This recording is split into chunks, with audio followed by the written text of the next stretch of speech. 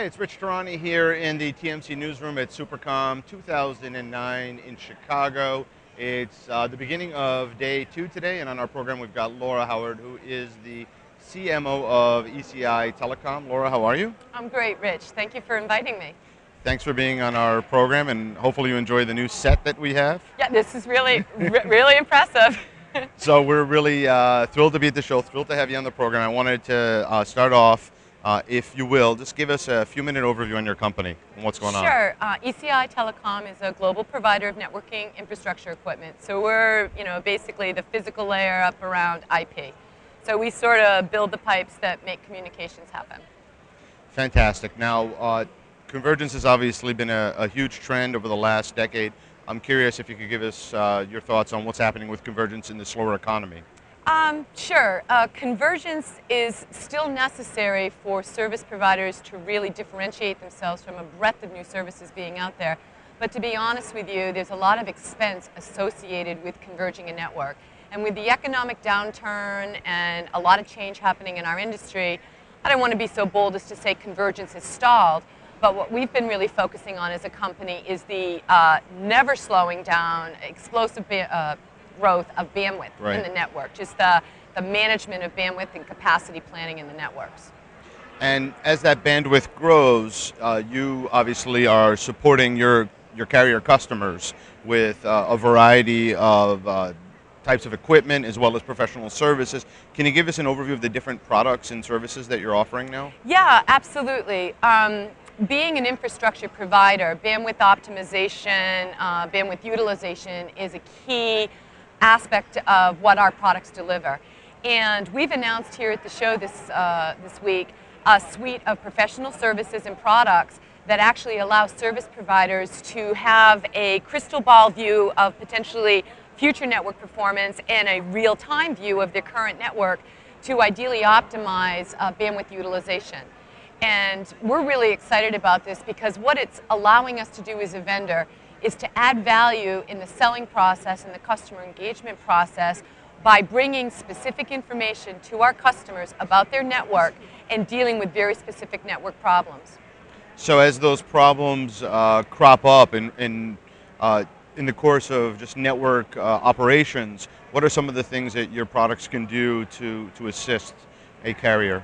Well, as we talked about, nobody will debate that there's bandwidth explosion growth right now.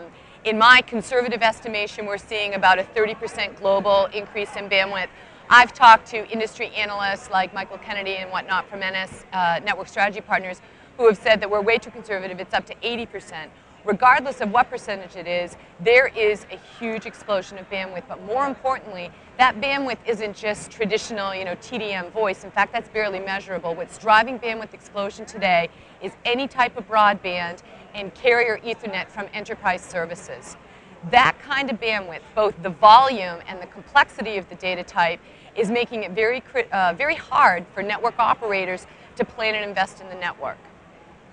So I imagine video is also a big part of the growth, right? Huge part of it. And there's also peer-to-peer networks and file sharing. Over the top, yeah, everything. And we've got 3D TV coming at some point down the road, HD TV. I mean, it's incredible to me just the different types of applications that are just driving bandwidth. Wireless devices actually have really become a huge part of bandwidth drivers. Are you seeing any of your customers having to deal with the wireless devices and figure out? We don't actually talk about the device type that's driving the traffic, but let's go back to what you were pointing out. It's the information makeup that's really causing the concern for operators. Quality of service, because of latency sensitive applications like video and voice, packetized voice, are putting a lot of pressure on them, not just to over-provision networks to make sure the pipe is there, but to deliver quality of service. So when we come back to these tools that I was telling you about that we're making available, not only are our customers looking to get some insight on how to better optimize their networks for just overall traffic flow, but they want to look at congested points and try to minimize traffic flows, maybe reduce congestion levels from 70% being a threshold to 50%, so that they can better guarantee performance of the network so that there is no hiccup in bandwidth usage for these now very, very sensitive, bandwidth hungry, latency, I can't say that word, latency sensitive applications like video. So it's not just doing a snapshot of the network and watching the traffic flows, but it's figuring out what is that traffic makeup like? Is it video traffic? Is it voice traffic? Or is it just aggregated, basic data that can maybe go through a different point? Another key element of these tools is it allows service providers to look at fixing the problems by either completely staying within the bounds of their current network infrastructure, meaning no additional investment, no adding of new lines or new trunks, or looking at a combination of optimizing what you have as well as adding additional investment or capital expenditure to it. So it's really a tool that's helping them in these difficult economic times. In fact, some of our customers are using this tool as what I call the budget validator. Because what it does is it shows points of failure in the network, over-congested area where very critical applications like IPTV or enterprise voice are being served.